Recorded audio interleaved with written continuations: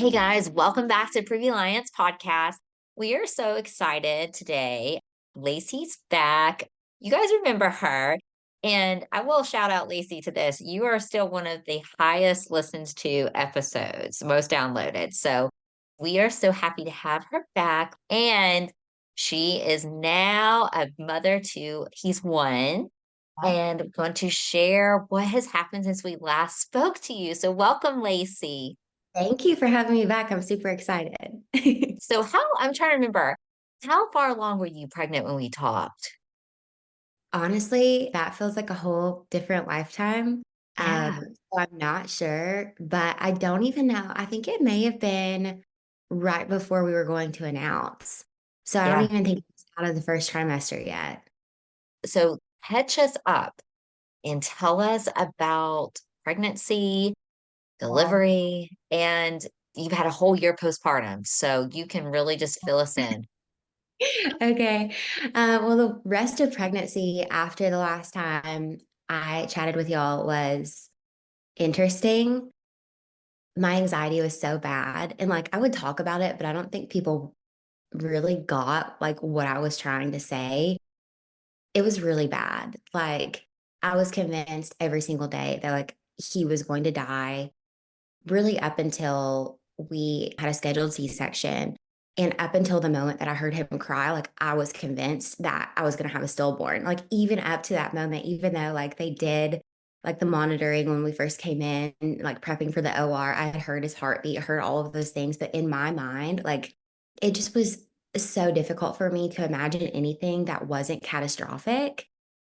Knowing what I know now, like we went back in January to see the providers at my fertility clinic. And that was like so healing for me. Like I cried and it just felt so good to walk in there and like know that we did it. You know what I mean? Yeah, Um, you walk in, you don't know what you're going to walk out with. You could walk out with nothing. You could walk out with a little bit of stuff. Like you could get pregnant and then lose the baby. Like you just don't know. And they see all of those circumstances all the time on constant rotation. So it just felt really good to go back in there and like let them see Roan and kind of have that like healing moment together. Because even for them, like Jordan, who's the PA in the Asheville office with Carolina's fertility, like she told me that I was one of the patients that like she really struggled to like not connect with emotionally. Because obviously, like you get being on the healthcare side of it, like you can't get emotionally invested because if you did, like you can't do your job. But even when I was there, like there was a point during treatments that I was in the lab, like getting my blood drawn for whatever they were running that day and had a breakdown. And I was like, can you please get Jordan? And she came in and I was like, I don't know if I can do this anymore. Like, I'm not okay. I don't know if I can do this anymore. And at that point, they gave me some resources, but I didn't utilize them. And that's my biggest regret going into pregnancy and now even postpartum that I didn't utilize that. But I wish that I had done that because I think it would have made it all so much better. Because I was having some like the things that people talk about in like postpartum, I was having those thoughts when I was pregnant. Like I was convinced every day that like I was going to die, the baby was going to die. I still like Luke, thankfully, is like a very patient person, but I have him text me. Like if he goes to the grocery store and then he's going to go do something else and then do something else, he has to text me at every single stop. Because if not, like I'm going to spend the entire time thinking that he like died in a car crash. It's a lot. And I'm medicated. So like I would hate to think what it would be yeah. like if I wasn't medicated.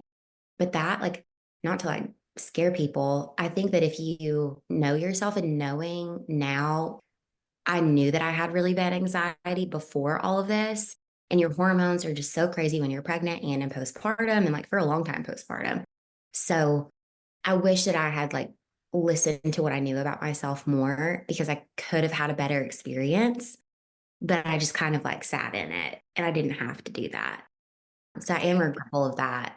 And we had some other things, like some family things that happened during pregnancy that were like really upsetting that made it not the best experience. Obviously, on this side, like I love my child and I love being a mom, even though the anxiety has been hard.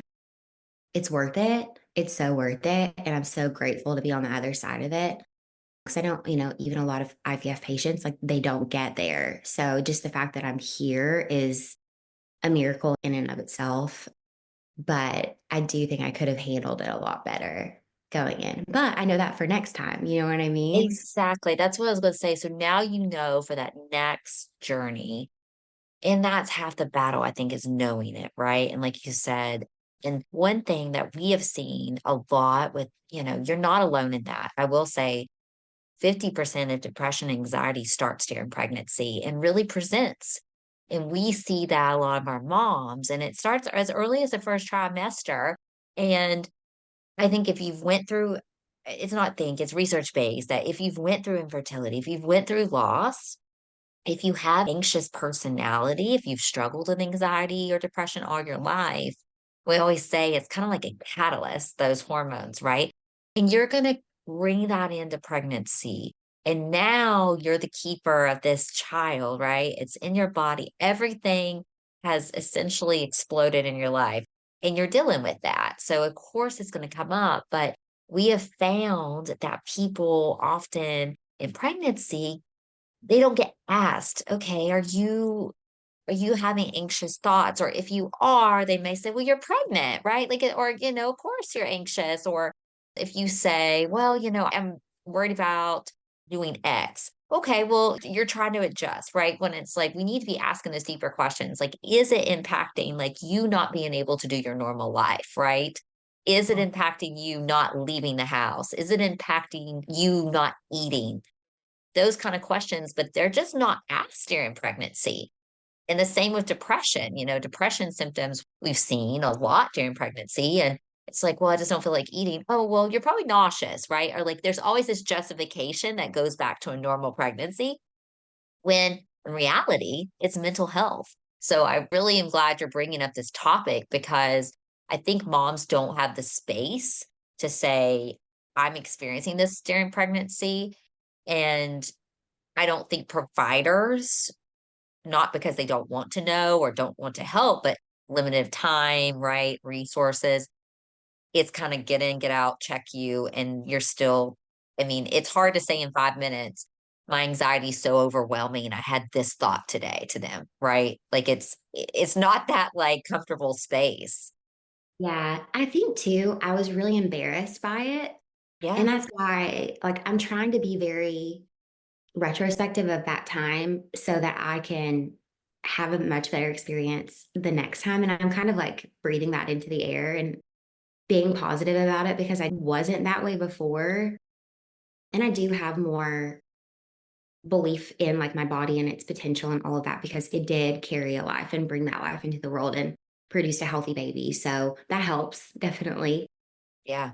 I just, I think because of what we went through and because I knew so many people that went through multiple rounds of IVF and didn't have success or had to use a gestational carrier or, even friends that struggled with different forms of infertility like cervical incompetence and things like that and lost babies midterm.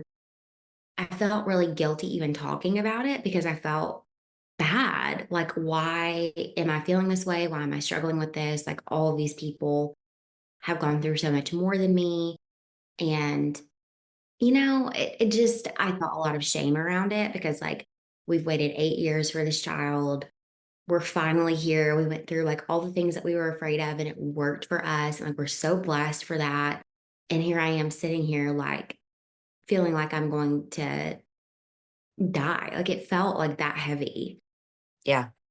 It really did. And I just didn't know how to ask for help or even how to like go about that because I also didn't want to be judged for it either. I don't know. But I did when we went and visited in January to our clinic. I told them, I was like, because they unfollow like when you're going through treatments, obviously, because they can't like, but I was like, I know y'all have seen that I was like mentally unwell from the moment I left here until Roan came. And then even like now, still struggling. And I said, I want to be medicated the next time. And they were super supportive, said that they had so many patients that struggled with the same thing and like that we would work it out. Like, don't worry about it. And it made me feel good going in, knowing that like I know what I'm getting into and I know that they support it and I don't have to like be worried about it going in. So we're just like prepped from the beginning, you know? You made the comment about guilt, and I've heard that so many from infertility women that you feel Mhm. guilty to feel anything other than blessed or extremely Mhm. happy during the pregnancy or postpartum. Yeah. So many. And that really breaks my heart. Yeah. It makes you like, I don't know. It's just so isolating because I felt like I couldn't talk to anyone. Like even my husband, like I would try to talk to him, but like even then, I'm like, he should be able to be living in joy right now too, because like he waited for this too. Obviously, it's different for male partners, but he still waited this long to become a parent too. And it just made me so sad that like it was such a struggle and something that we thought like from the moment we found out we were pregnant, it was just gonna like remain that joyful and it just didn't. But yeah, I know like even now, like getting into like my journey postpartum, I can go ahead and just say that like I know that going into next pregnancy, I have been physically active. Like at that point, we're hoping like later this year to try to do another transfer if my body is ready for it.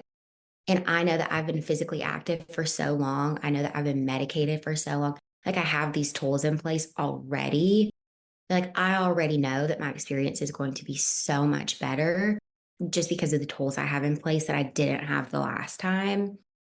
And I think for a lot of women, like my C-section was planned, but I know for a lot of women, it's not, and it's an emergency situation. And that can bring a lot of frustration because it's much more difficult to have a vaginal delivery after you've had a C-section and they feel like their dream of vaginal birth is just like gone. But it's like you also know what you're going into. And if you had an emergency C-section the first time, as long as like everything's going pretty according to plan in your recurrent pregnancies, you're going to have a scheduled C-section. So it's going to be a different experience. Like just feeling empowered going in that like you know, at least you know what to expect. And it's not so scary when you've done it already. Yeah. No, totally. I mean, I think for me, both my C-sections, one was emergent and one was scheduled that turned into a hysterectomy unexpectedly. Of course, I just switched. Now I don't have a uterus. So I say we are over uterus issues here in this household. So we are happy about that. But I will say the comments that sometimes people say to you when you've had a C-section, that was a little off-putting to me. Now I've had 2, and I sometimes, depending on my mood, will respond in different ways. But I think it goes back to just like your feelings of shame and judgment. It's like even that we get shamed and judged on, right? Like, how Yeah. was your baby brought into this world? Like, was it IVF or was it, natural? Was it planned versus not? Was it C-section versus vaginal with epidural versus unmedicated? Like this whole rigmarole that people feel entitled to. And then it goes into how are you feeding your baby? And you're just like, come on. Yeah. And I didn't tell people, like I still, it's actually something on my list because I haven't posted on my blog since like 2021, I don't think.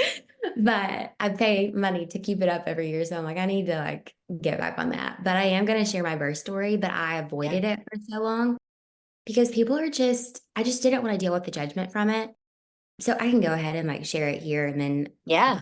just be like a post reference point. But I like throughout pregnancy, I kind of was like because my anxiety was so bad. And thankfully, my OB got that. She is the one that like walked with me through kind of like getting diagnoses. She did my laparoscopic surgery to fully diagnose my endo. And like she was my pathway to fertility treatments with the better clinic. Cause at that point, I think we had gone through 2 clinics and I was just so frustrated. And they all just told me I was fine. And like, we keep doing medicated cycles and like all this crazy stuff. I'm just like so frustrated. So she was like my pathway.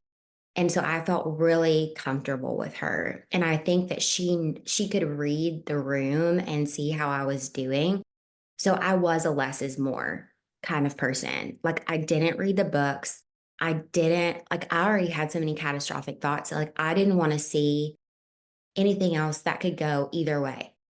I just wanted to try to keep tunnel vision and just keep going and not get overwhelmed. Like it was just going to be too much for me. So we had no plan. I had no birth plan. I knew if I had a vaginal birth, I for sure wanted to be medicated.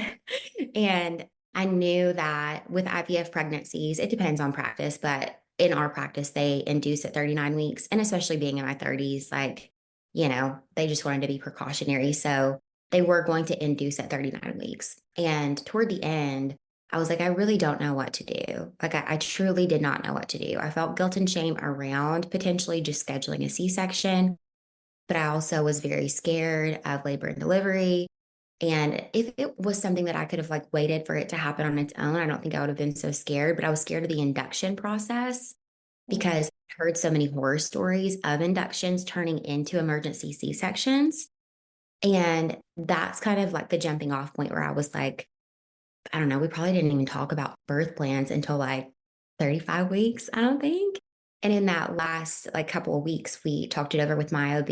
And obviously, you still, because of scheduling, you have to sometimes see a different OB, whatever.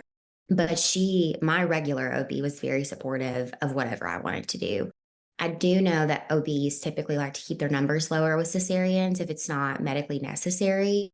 But Roan, even now, still is almost in the 100th percentile for his head, and he has wide shoulders and the potential for what is it called? Shoulder This dis. where it gets dislodged or like stuck. Yeah. Yes. Yes. And after that happened, I now have two friends that went through the same process and like ended up having to have an emergency C-section. I kind of feel like every time I see that, it's like God speaking to me and saying, like, you need to just like trust that, like, I was telling you what to do. So we got to that point at, I think 36 or 37 weeks is the earliest they'll let you schedule a C-section. We went ahead and scheduled it, and she put in notes like high potential for whatever it's called, shoulder distortion, whatever it's called, high potential for that. And I put in all of the stats because, I mean, you do kind of have to show purpose in the surgery. And I said, if he comes on his own before that, I'll know that that's what I was supposed to do. If he does not, I'll know this is what I'm supposed to do. And I kind of just like left it in God's hands, and I was okay either way. I had absolutely no signs of labor coming anytime soon. I had not dropped, I had not dilated. Like at that point, like I went in for my last appointment and I was like, am I supposed to get a cervical check? And she said, I mean, technically, yeah, but like we've already scheduled your C-section, so you really don't have to, but I can try. And like she couldn't even find my cervix. So like I was nowhere close. And I do feel not shame, but like sometimes you wonder, like, did I miss out on something because I didn't experience labor? Like, I don't know what labor feels like. I don't know what the pains feel like. I don't know what your water breaking feels like. I don't know. I don't know what that experience with your partner is like going through labor in that capacity. But I know in my heart, especially how messed up I was in the OR, like mentally, that was the right thing for me. I don't think mentally, I mean, you do what you have to do, right? Like you have Yeah. to get your baby rolled safely. That's your role in that season of life. But I just knew that like I did what was right for me and I did what was right for my baby. And I was scared even until the moment that he came out. I remember I just was, it's so awkward. If someone hasn't had a C-section, they don't understand what that feels like, but it is so absolutely terrifying to be awake and It's horrible. knowing you are wide open. And I respond very aggressively to medications. So I didn't realize how like delulu I was. Hmm. But I was going insane. And thank God my OB is who she is. But she was like, I was like, I have this playlist, but like, I don't feel like I can handle it emotionally. And she was like, we're listening to powerful women like Adele. We listened to Adele. We listened to, why am I forgetting? Florence and the Machine and Taylor Swift. Cause it was Okay. like after Midnight's came out. So like we had all the like powerful women vibes going on. And she was like, Lacey, look. And in my mind, I really thought she was like showing me an organ. Like that's how mentally unwell I was. Yeah. Like Yeah. I know in my mind that's what happens in the OR. They lift your baby up over the sheet and you're supposed to look and go, oh, and then they like get them semi cleaned up and then they bring them to you. I knew that, but I could not process what was happening. So I'm like, and I remember I said, I don't want to see. It was like, what? You're just like, it's a wild experience. The first one with Will, they immediately put me under as soon as I got to OR.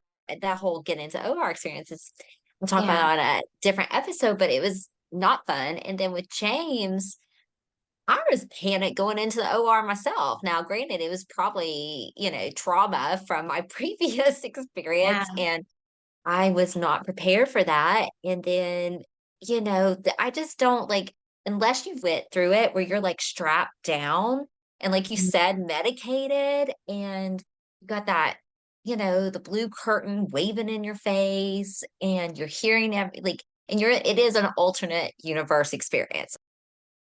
James's was not pleasant either because I got the epidural, and I feel like people don't talk about this, but like getting an epidural in the OR is not fun. Like you're half naked, literally, got this little like gown and like bent over. And Yeah. I And remember that, you feel it click in your spine, and that is yeah, the yeah, because it's not even like an epidural. It's a higher level of yeah. epidural. It's like a spinal or something that and I don't Spinal. know, it's just weird because I could not remember. I don't know if they just see you, but they're like lean over. And I'm like, hey, buddy, you see Yeah. what's like, I have a belly here. Like I Yeah. can't. You have to like get all the way down so they can get the perfect spot in your spine. It is wild. And you're like butt naked, essentially, just laid over. And I remember this resident or fellow, he was getting so frustrated with me. And I was like, I cannot lean over anymore. So, like, this nurse came and helped me.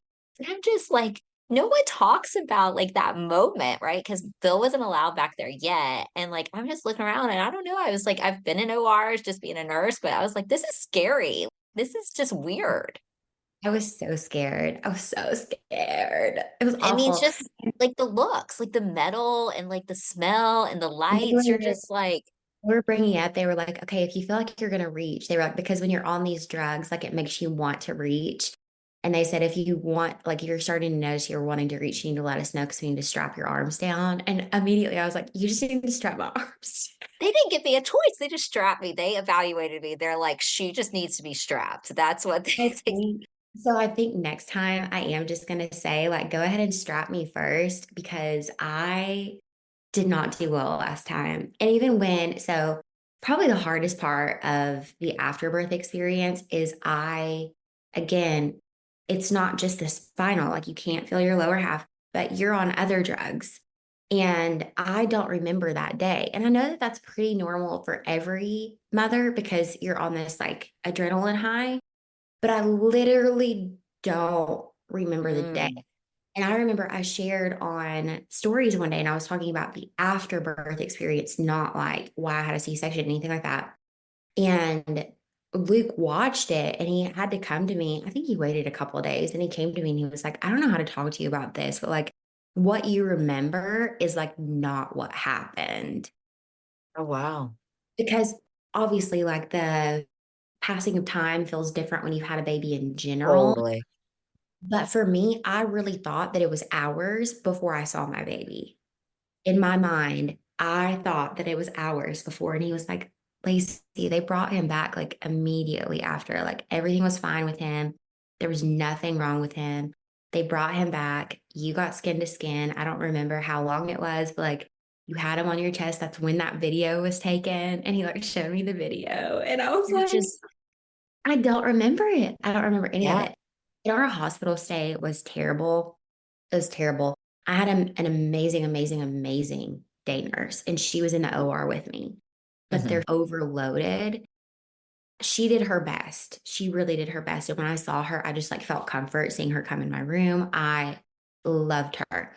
Her and my checkout nurses, the day that we left the hospital, they were fantastic. And oddly enough, my checkout, I think mama nurse was one of my followers' daughters. Oh, That was like a full circle thing that I like yeah. realized it's like small world and it connected. But they like talked me off a ledge because the last night we were in the hospital, we stayed an extra night because they got behind on pain meds. And I was miserably uncomfortable. And if we had had help at home, I wouldn't have felt so stressed about staying. But I was very scared to come home and be in that state and have this baby that like we were struggling with feeding and he was screaming. He every time I came in to do a weight check, they were like, he's lost this much. And it just was like sending me over the edge in a spiral. But the last night there was I don't even know if I don't think she was the mama nurse. She may have been the baby nurse. She was either an LC or a baby nurse because the baby nurse that I had was pregnant and just like didn't want to be there. So like that was weird vibes on its own. But this lady traumatized me because she came in and she was basically like, it's do or die.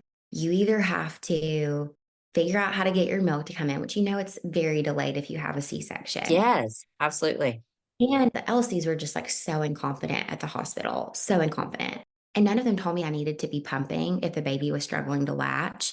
Oh, So yeah. that delayed my milk coming in even more. And I really think that I could have had a full supply and semi successful experience if that's how it had started. But I didn't know to do that. Even I went for a prenatal lactation appointment. Hmm. And he never told me that I needed, if baby's not latching, you need to hook up to the pump. That's why they have the pump there. You need to establish your supply Yeah. immediately. Yeah. What No, in I the learned that the second time around. I did not know this either the first time. And again, with both C-sections, no one said that to me until after now with Previa. We have a lactation consultant doula, Jenny. She's fantastic. She's come on the podcast, but she gives these videos to our moms so that they learn this because, yeah, you feel very, I mean, I forget what night it was with James in the hospital. Maybe it was the second night where same thing, would not like, he wouldn't, my milk had not come in. He was screaming, losing his mind. I was losing my mind. Bill was losing his mind. Okay. At one point, it was like 2 or 3 a.m. I was like, are we going to leap out this hospital window altogether? Because we were literally at the point of breakdown. And we called the call button, and this older nurse came in. I was just sitting there, just shirt off, just laying there, just like, sobbing. James was screaming. Bill is like moved the couch mattress on the floor because he can't fit on the couch. So he's like laying on the floor. And she was like, oh boy. She's like, what can I help you with? And I was just sobbing. I said, I don't know, but just something. And I was like, he will not stop screaming, and I don't have anything to give him. And he had got circumcised that morning too, and had his first shot, I remember. And it was just a bad day. He wouldn't been latched. So she did like sugar water. She was like, I'm not supposed to like do this, but she's like, this is what we do in the nursery to calm him down post circumcision. Give him sugar water. And it calmed him. And then he latched and like, but I tell everybody, I'm like, that's not on Instagram that you see people like leaving the hospital. It's like, hi, we all had a mental breakdown last night and the nurse had to save me. Right. That's all your fore milk is. So like I don't know why Yeah. if they know that that helps, I don't know why they wouldn't do that to help you. But like nobody ever came. So the first LC that came in did an eval on him, told me he had no oral ties. Mm, He had two, and that's why it was such a struggle for us. The thing, like when I tell people that actually know how things should go postpartum, that 3 months postpartum, I was going to see a new lactation consultant and going to a feeding therapist and going to the pediatric dentist and getting two ties, a severe lip tie, like they couldn't even lift his lip because he was so tied down. So he couldn't open his mouth wide enough to get a deep latch. He was doomed from the beginning. And yeah. our pediatrician, 4 LCs in the hospital, the LC at the pediatrician all said he was fine. And I'm like, you're nuts. You're Yeah. literally nuts. No, it's, Awful. and that's, I mean, and you're coming, you came through this anxiety driven pregnancy before even the journey of just trying for pregnancy. That's so much. And then he's here, and you guys are struggling with that. How is your anxiety and depression during that time? When do you think because you've been open about, I've seen, I love Yeah. you did your reels about it, but like, when do you think you were, I hate to say it, the lowest, but like maybe it hit it the hardest? Yeah. So just for a timeline, I feel like I was very physically uncomfortable, but I feel like I was in a better place mentally in the beginning than Luke was. and he was struggling to know how to support me and sleep deprived. And he does not function well without sleep. I don't think he'd ever gone without sleep like that ever. Like I'm kind of crazy and I'll like stay up at night and like I get on these adrenaline highs where I'm like, I'm pretty sure I have undiagnosed ADD, but like we're like I'll clean for like an entire night and I can't go to sleep until it's perfect kind of thing. But he's not like that. He's like a 9:30 to 10 p.m. bed. And if he doesn't hit that, he's falling asleep on the couch. Like he's just a clock. And he was struggling a lot. He was still helping me, but it was just like he had never even really like been around a baby before. So it was just super hard. So I feel like the first couple weeks I was physically very uncomfortable, but I feel like mentally I was pretty good. The hospital was really hard, and it was more so because I was so uncomfortable and hearing him scream. But the last night in the hospital, I finally just gave him formula because he had lost 10% of his birth weight. He was just going to keep losing because I had nothing to give him. I barely Yeah. had any colostrum to give him. And it got better once we got home with that. Once we started focusing more on formula than breast milk and realizing like I'm probably going to have to just pump if I want to do this. The first week was hard. Like we were both kind of like going a little crazy, but I was just really excited. Like I remember Yeah. we would eat dinner sometimes and just like sit and like talk about how overjoyed we were, like all this stuff. And luckily he got to stay home with me for 5 weeks. Wonderful. He was home with me for a lot of that. It really didn't get dark, dark until he went back to work because I started feeling more feelings of anxiety, super scared. I was still going out and doing things like I had to go to a dentist appointment the day that Luke went back to work, and took the baby with me. I had to go for, I think, a couple of appointments with him. I took him to the pediatrician or the pediatric dentist to get his tongue tie and lip tie released by myself because Luke had gone back to work. I really think it was worse for me after that period passed. I didn't feel better because in my Mhm. mind, I think I thought, oh, that's why it's the postpartum period. It's your fourth trimester. Like after these 3 months, I'm going to be good. I'm going to be able to like start working out and like my brain's going to feel better and I'm going to have lost weight. No, I had gained 10 pounds over where I was when I was pregnant from breastfeeding. Like I'm that opposite person that just like retains everything. And I was miserable. I felt so ugly. I felt so like physically, I was hurting really bad. Like I couldn't, I was carrying at the time close to 70 pounds heavier than I'm normally like carrying. Yeah. And it's a lot of weight on your body. And my body just was not made to carry that. So getting up and down with him, it was like all I could do was take care of my baby. I couldn't do anything else. And then, I have this job that I've done for so long. And I felt like a total failure because I had so many friends that had babies within weeks of me.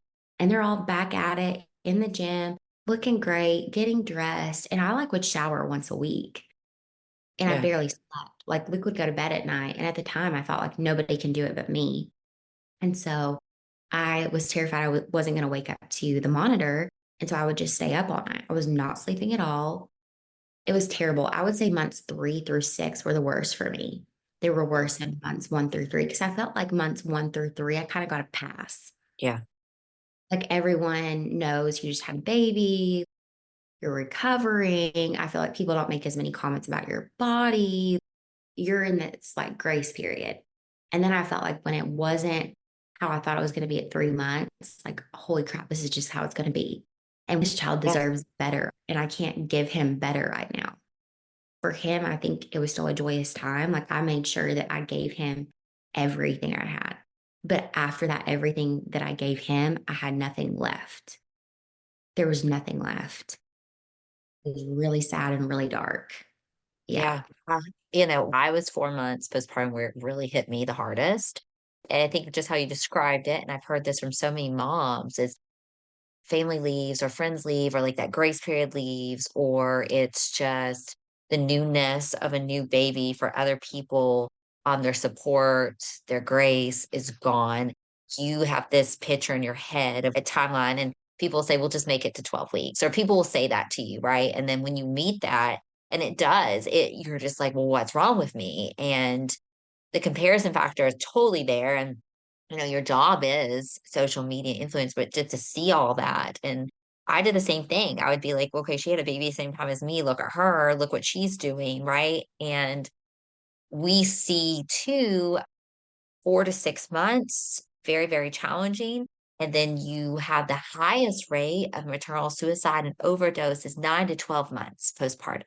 And I think it's that 4 to 6 months that no one is diving deep into. We're trying to very hard at Previa, but that's where it changes for moms, right? That's that kind of rough period. And if it continues to that 9 to 12 months, you almost feel like so hopeless, right? And it's like the first year of my baby's life didn't go how I hoped. I'm not who I am as a mom. Marriages take a huge impact during this time. Friendships do, jobs. So I think it's just not enough people are like ringing the bell and saying, okay, your friend has this baby. You set that time on your phone, 4 months postpartum, 5 months postpartum, do those check-ins, call her, say, listen, I haven't forgot about you, because like the mill train's long gone. She's the baby's probably still not sleeping. They may be starting to teething. I feel like that's where we are failing moms so much is that we're not realizing postpartum is honestly, research says 4 or 5 years after birth, right? Definitely that first year after is the most critical time that she needs your support. And I just appreciate you saying that so much because there's going to be a mom who's 4 or 5 months postpartum and she's going to go, okay, wait, I'm not alone in this and I need Yeah. to reach out for help. So what do you think was your turning point where it started getting better? What did you do? I started going to the gym, and it was an hour a day. And for a while, I was going with a friend. She is like a startup entrepreneur in the app, like tech space. So for a period that worked, but now she's just like so bogged down. But now I've done it so long that like I feel the confidence to go with him by myself. But going with her is like really what helped me get out of that because I got to talk to someone. So I was getting community every day. I was also even there would be a few days here and there that she wouldn't be there, but there are so many people around you. In our gym, it has a lot of old people. So I never felt like super intimidated with everyone Yeah. being like, you know, Yeah. because they're all like 60s and 70s, just like walking and like doing light weights and whatever. So that was helpful. And just the childcare staff there is just phenomenal. And I felt very comfortable and confident leaving Roan with them. And I think that too, like allowing myself to let someone help me and seeing that that was okay. And then seeing how it positively impacted me. Like literally from May to August was probably my biggest shift in everything. And it wasn't instantaneous or anything, but starting in May, like from May, and I know people get really triggered by like weight loss stuff, but it's like I didn't share for so long. And then once I started feeling better, I started sharing. And people were saying, oh my gosh, like a lot of people have followed for a while. So they probably saw me when I was much smaller and then they saw me pregnant and they saw me postpartum and I had kind of like ballooned up. So they're like, oh my gosh, she's like lost all this weight. What's happening? What's she done? It really is just like doing the basics and like taking care of yourself. And like people don't want to hear that, but you have to take care of yourself. If you're not hydrating, if you're not sleeping, like letting Luke start to help me more.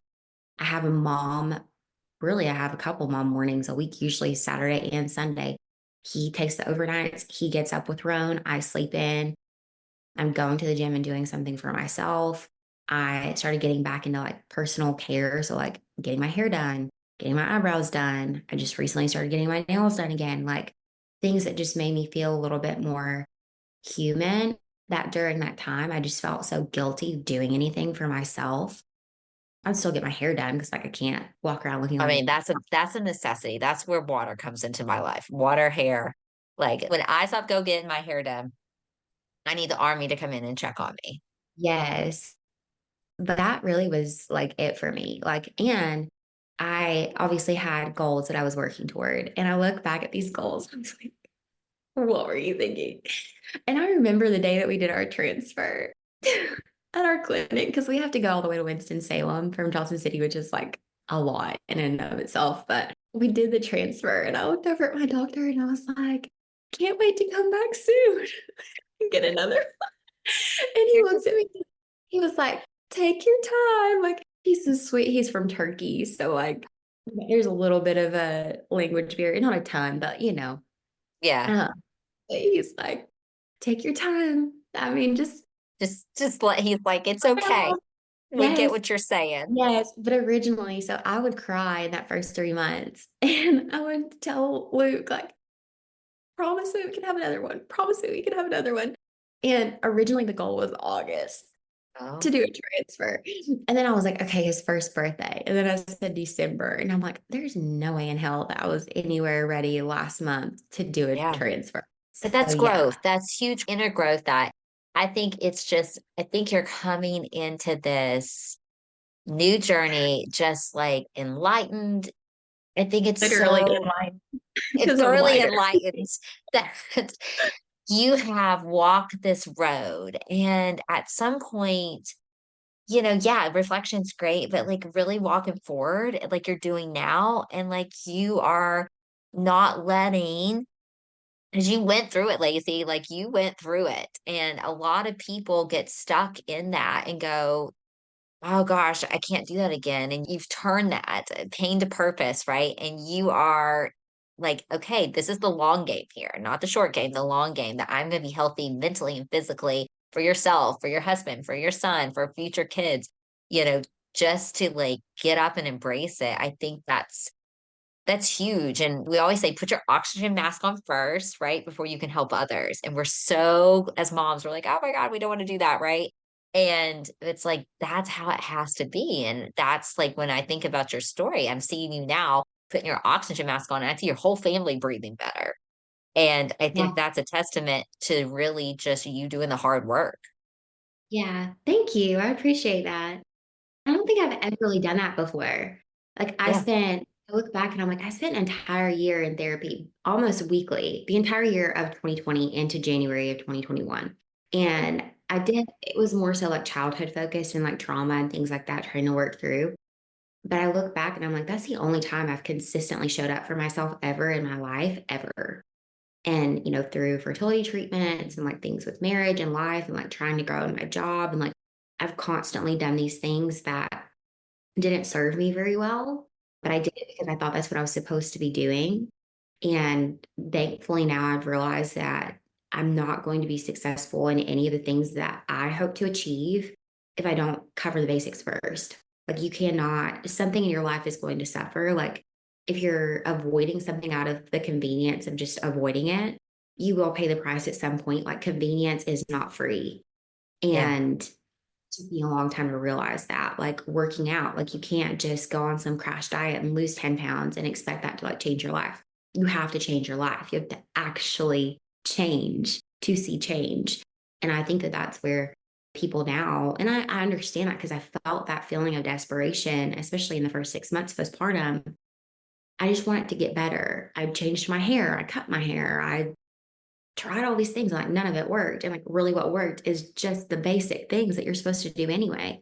Fueling my Yeah. body, moving my body, doing things to pour into myself that have absolutely nothing to do with work, spending time with people that I love, slowing down, putting my phone in another room, like the stuff that we know and we're told that we're supposed to do that, right? But it's boring because it's not some sexy thing that we found on the internet that's supposed to like work in 3 days and your life is better. Yeah. And I just think that what the world has gotten caught up in is everything is like instant gratification and nothing is like a long haul achievement. And like that really is where betterment and whatever you're wanting to do comes from is showing up every single day, being consistent and not getting frustrated when something doesn't immediately fix your problem. Like it takes work, like everything takes work. Unfortunately, it'd be nice if you could just snap your fingers and fix whatever problem you have, but it doesn't work that way. And I'm very grateful that even though I had to take the long, hard road to figure it out, that I figured it out so I can get unstuck out of this place. And I still feel kind of stuck. Like there are things that I want to work on this year and processes that I want to clean up and things in my life that still feel a little dysfunctional that I would like to fine tune to make things work better for me and my family because I don't respond well caught off guard. You know what I mean? when it feels like everything is just sprung on you all of a sudden because you weren't prepared, it puts you in fight or flight. And I've been in fight or flight like pretty nonstop for the last, I don't know, forever. Yeah, So trying to break that. And you can't really break that unless you have systems in place of preparation, which is really hard to do. it's super hard. And I think it's a good point for you. So, okay, so what would you tell Lacey when she was pregnant? And then the second part is, what would you tell Lacey during that 4 to 6 months postpartum period? What Pregnant, did you need to hear? pregnant, same circumstances, get your butt out the door and go for a walk because just getting outside, breathing fresh air, getting some vitamin D, even in the cold months, it literally can change your life. And I think it would have changed my pregnancy. I was scared to do that because I thought if I like stepped on a rock, I was going to miscarry. Crazy. But that's what I would say. And that's Yeah. what I plan to do next time is just be very physically active. I very much needed to hear that because I don't know that I would have listened to someone telling me that, you need to get on medication. I don't think I was in a place where I had the capacity to do therapy, sadly. But I think the one thing I could have done is get outside and walk and listen to a podcast, listen to an ebook or an audiobook, whatever that's called. Little things that could have made my Yeah. life feel a little better and lifted some of the heaviness off. It wouldn't have fixed everything, but it would have made it a lot more tolerable for Hmm. sure.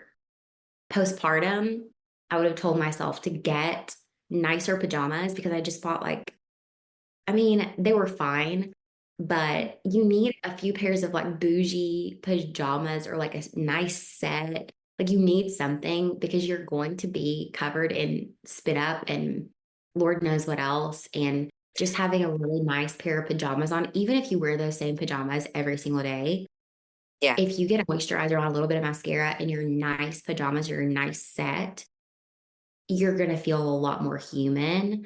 And I Hmm. did not do that. And I think that that would have really changed a lot of things for me. Very simple thing, but it would have changed a lot of things for me. Yeah. And you had her saying it gets better. And when was your, you look back and you're like, it's better. When was that? My it's getting better moment was 6 months when I started going to the gym. My it's so much better was October. My I feel like I'm coming into my own again was December. Yeah.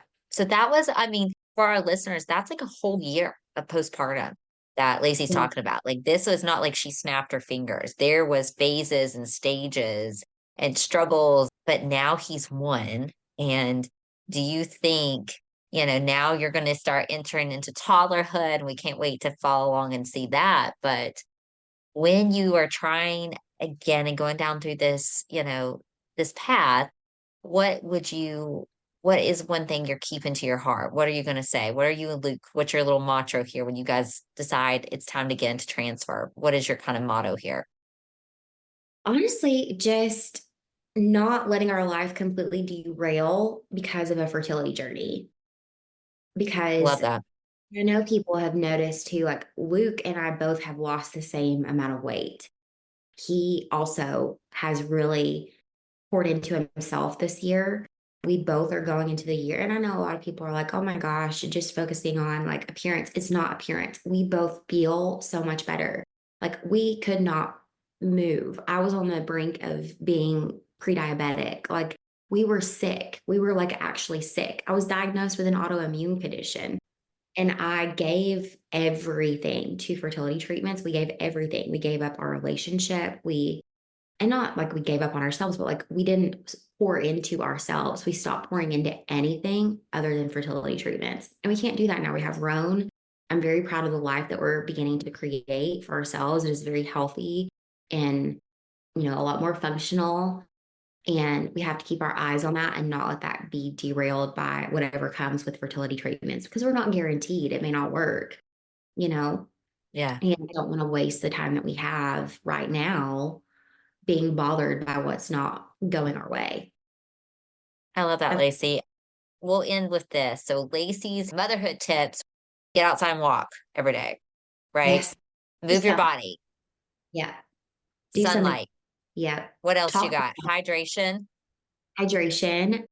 minimizing your caffeine intake, which I know can feel really difficult, but it really messes with your anxiety. Like today, Luke went, when Rowan first went down for his nap, to the grocery store to get some things that we needed. So I didn't have to deal with it. And he said, "Do you want me to get you a coffee?" Because, every grocery store has a Starbucks in it now. And at first I was like, "Oh, yeah, sure." And then he left, and I was like, "Actually, will you get me a kombucha?" Like, I'm just trying to be a little bit more cognizant of that, especially in the beginning, though. You really don't need the caffeine. You need sleep, and you need to go out and walk and recharge. And it's not healthy to run on energy drinks. And I will have, like, on days I go to the gym, I'll have an Alani, but I do the minis, which I'm so glad they came out with those. But it's only 100 milligrams of caffeine. Like, your body can handle that, especially if you're being very physically active. But try to minimize the caffeine, especially if you're struggling with anxiety, and just have someone, which I know is hard. That's been really hard for me, is just finding friendships. And my friendships have shifted a lot, and not in a bad way. It's not like anyone's done anything. But when you have a baby and your friends have kids that are older, you're just in a completely different phase of life. And I've really just been pretty, especially in the last 6 months, I've tried to be very diligent and like pouring into people that I feel like are going to be good community for me. I think that's hard for a lot of moms because you feel like it's almost like a pride thing. Like, you feel like people should be coming to you, and like, why do you have to like put yourself out there? But you do have to put yourself out there. If that's something you want and you want to have community, you have to at least try to obtain it. It's not like Yeah. people are busy too. You're not the only person that has a life. And it's just putting yourself out there and trying to find it, whatever that looks like for you. And also, the one other thing I'll say is I just started utilizing this back in October. But if you live out in like the boonies, you don't have this, but every city has a library, a public library. And there's so many resources for young moms. There's typically a children's room, at least, if not like a whole huge like section of the library that is dedicated just to kids. They do story times. We go to a babies and books class, which is like a music component too, with reading, and they get to be around other kids their age, things like that, especially if you're a stay-at-home mom. And it's free. And you could, stop and get yourself like a fun drink while you're out, go to the library, walk around, get books that you don't have to pay for. It's one last thing. And then you're cycling out, so that's less clutter. And you're getting to be around people in the same stage of life as you. That has been very, very helpful for me. I love that. And it's awkward, right? It's not like, for backstory for our listeners, me and Lacey know each other from college shorty days where you get to get around similar like people, right? And kind of find friendships in that group. So it's different now. We're moms, and it does feel weird when you're just like, hey, I've got this baby, you've got this baby. Like, you want to do a play day? And like, then I tell that to so many people. And, several of my friends have children the same age as me, but we've moved recently, and finding mom friends is hard. Like, it's just, and I sometimes feel it at their preschool. I'm just like, oh, that's so and so's mom, and you're just like, should I be that awkward person at that birthday party? Be like, hi, like, if you ever want to do a play day, but it is that first step, because a lot of times people are waiting for someone to make the first step, and you kind of just got to bite the bullet. And it's kinda like our dating days, it may not always be magical the first couple of times, or it might not be the right fit, but you will find that right fit, and we need mom friends. I mean, that moms need to support each other. It's our village, it's our tribe. Yeah, for sure. But yeah, utilizing all the free things and like places you can do that, I think makes it easier because you're like, I literally have no one. And, if you're deciding to be a stay-at-home mom, it does limit your income more than before you had a baby. So it changes your lifestyle. And I Totally. think the library is such a beautiful resource that a lot of people don't think enough about. I didn't. And I think even if I had started going, it's one day a week. That's one thing I have to look forward to. Like, we're getting out of the house. It's a routine for us. And Mhm. having a routine as a stay-at-home mom is really hard. So just finding things like that, whatever it is, it could be like church play groups. I know that they're opening, it's like a co-play space. It's like the little co, something like that. But yeah, like things like that there's less, what do they call it? Boundary to entry, Yeah. that you can get into. And even if it's going to be awkward at first, you're going to feel embarrassed sometimes. But like Yeah. motherhood is kind of embarrassing. So you just have to get over that and just accept it as part of your life now. No, I think that's wonderful advice. And I have to take it sometimes myself because I'm in a little different chapter. Sometimes it's intimidating for me to take my two wild things out in public by myself. But then I've had to look back. And one thing I try to remind myself is I have handled every hard situation to this point that's happened. And my child melting down is not going to be the first child that's ever melted down. I have now, my youngest has took all pride away from me. And so I have left with nothing but humility thanks to him. And I have carried him out from multiple places with Will, dragging that plus any bags we've brought with us. And I think that's the hardest is sometimes that first step from moms to be like, oh my gosh, I want to get out. But like it does seem overwhelming at first to like get everything together and go and do. But I promise, like Lacey said, with everything, that work to get started ends up making the process so much easier in the end, and you get old hat at it. So that's just encouragement. Like if you're listening to this, you're like, man, I want to get out a little bit more. Take that first step today. Like it could literally be getting in your car, going and just locating the library and being like, cool, right? Walk outside, walk in, get a book, walk out, like check mark. So all wonderful tips. And I think we need that as we start the year and just we are so excited too to follow along because I've been seeing you have another Instagram account that's showing the family life. Can you speak about that? Yeah, so honestly, Luke and I just have this idea in like the middle of the year, just trying to figure out like how am I going to continue doing what I've been doing for so long and how long do I even want to do that? Some of the content that I enjoy consuming is less product focused and more lifestyle, like that kind of stuff, but it doesn't quite fit my account personally. So I'm Mhm. just trying to create a space where we can do that and something we can do together too, whether it becomes something in a business capacity or not. Just a fun way for us to create content together and have a place for it to live. Because I think motherhood is very much my personality right now, but there are other components to me, and I don't want to lose that. And I feel like getting back into my own personal space online is a way for me to do that. But I also still have the desire to share family content. So I'm just trying to separate the two. I love that. And where can our listeners follow along? What's the tag? Okay, so for our family account, it's daily with the Douthats, which is much easier to remember than my handle. So I'm excited about that. So that's perfect. Well, Lacey, keep us abreast of what's going on. Keep posting, keep telling us. And you're clearly welcome back anytime. We love you. Our listeners love you. And I just am very thankful that your followers have you who are sharing such important information about mom's mental health. Thank you for Yes. that. Thank you so much. This was fun. All right, Lacey, till next time.